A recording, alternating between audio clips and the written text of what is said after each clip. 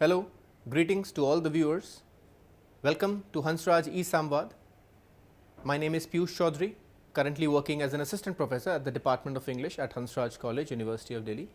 I welcome you all to yet another lecture series on the generic elective paper, the GE paper, which is offered by the Department of English across the various colleges of the University of Delhi. The name of the paper is Individual and Society. It's a very popular paper.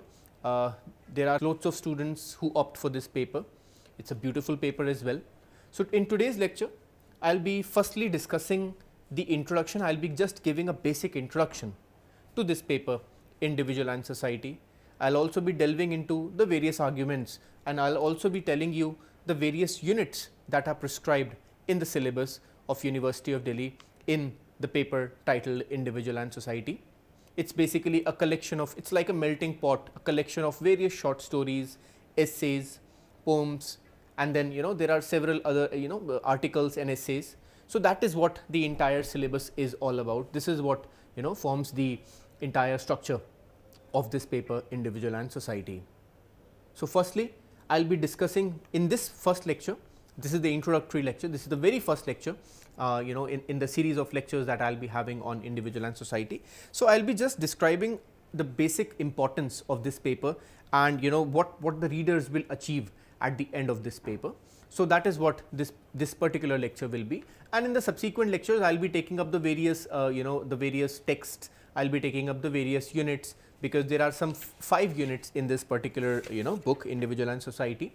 The first unit talks about caste and class, where we will try to understand the experiences of caste and how caste as a system still pervades the modern society right now as I speak in 2025. In the second unit, we have gender. We will be discussing the various aspects related to gender. There are beautiful stories and short stories and articles and poems on gender, on the issue of gender and on feminist issues. Then we have race, right. Obviously, we know racism is something which is still there, it's not completely absent even today.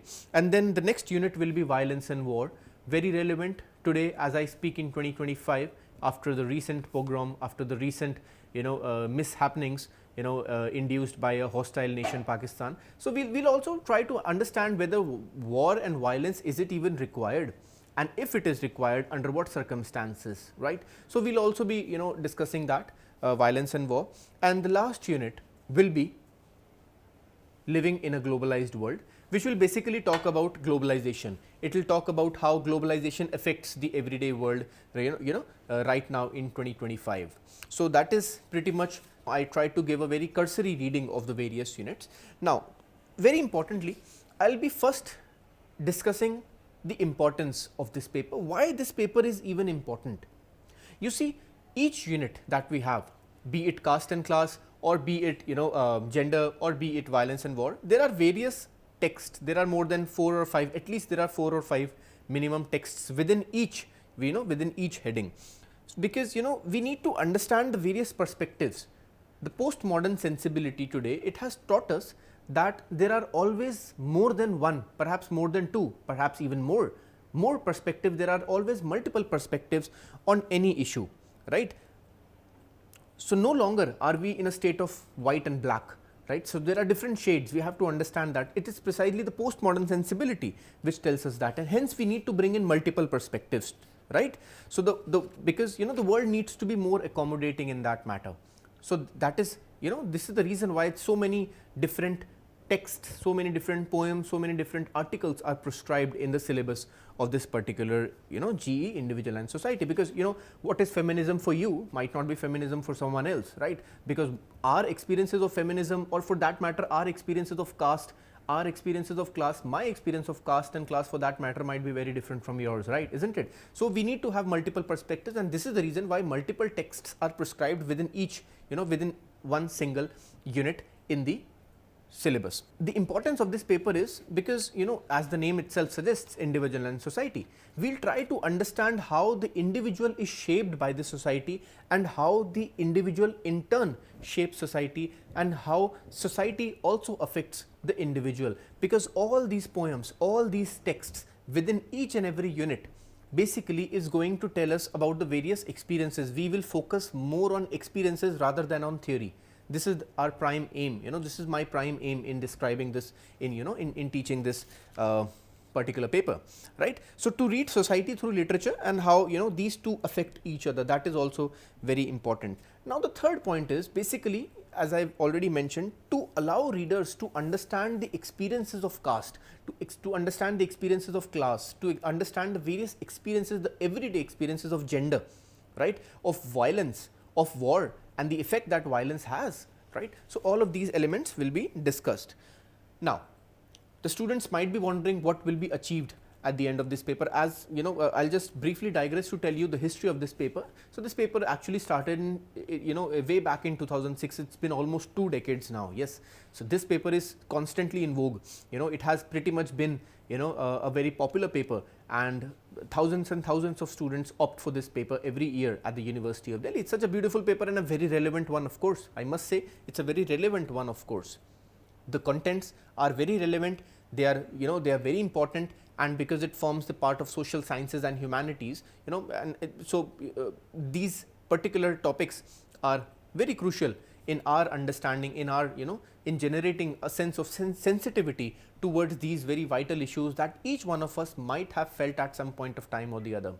Each one of us might have felt the pangs of gender, right. Each one of us might have felt the different pervading ways, the pernicious ways in which for example, violence and war affects us, right, and for that matter how class and caste even is quite visible, quite prominent even today. Particularly the Department of English at the University of Delhi is one of the premier departments across the country which have been taking up issues related to caste, and we have disability studies paper, we have so many other there are various papers related to caste as well. So, it becomes a very crucial aspect, right. Then students will be able to understand the effects of class, the effects of caste, gender, and so on on the society, and most importantly will be the most important element that students will take home after this paper is their critical thinking capabilities. What is critical thinking? Critical thinking is basically the ability to analyze something, to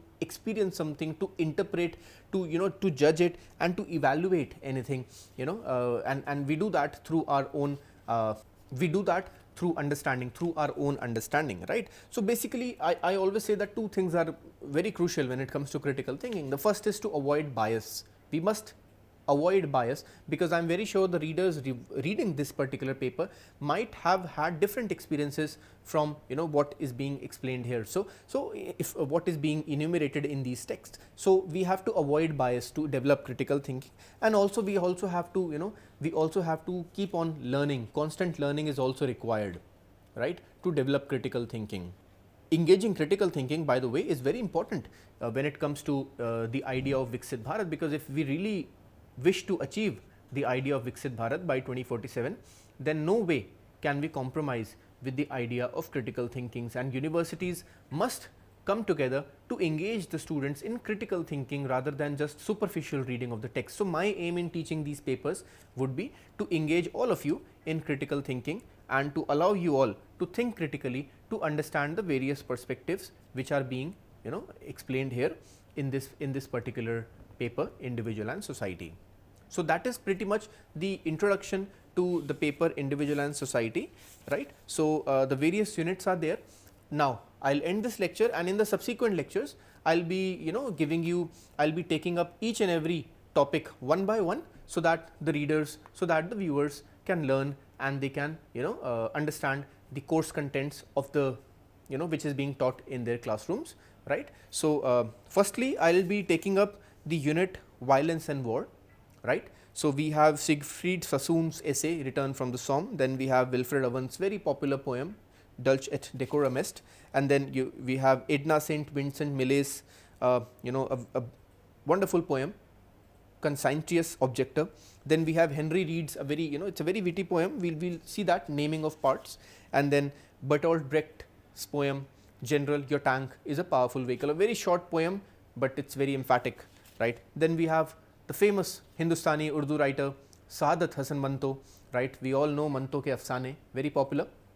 right? He talked about partition, he talked about the partition of India and the Hindu-Muslim enmity which ensued due to the partition of India. So, the name of the story is The Dog of Titwal. So, we will be doing that, and so this is these are the contents of our syllabus. So, in the subsequent lectures I will be beginning first with the unit Violence and War. So, I hope this introductory lecture right now gave you multiple perspectives on what to expect and what to do and how to perform and how to read these various topics of your syllabus. I will see you very soon in the next lecture. So, thank you so much. Have a nice day. Goodbye. Jai Hind.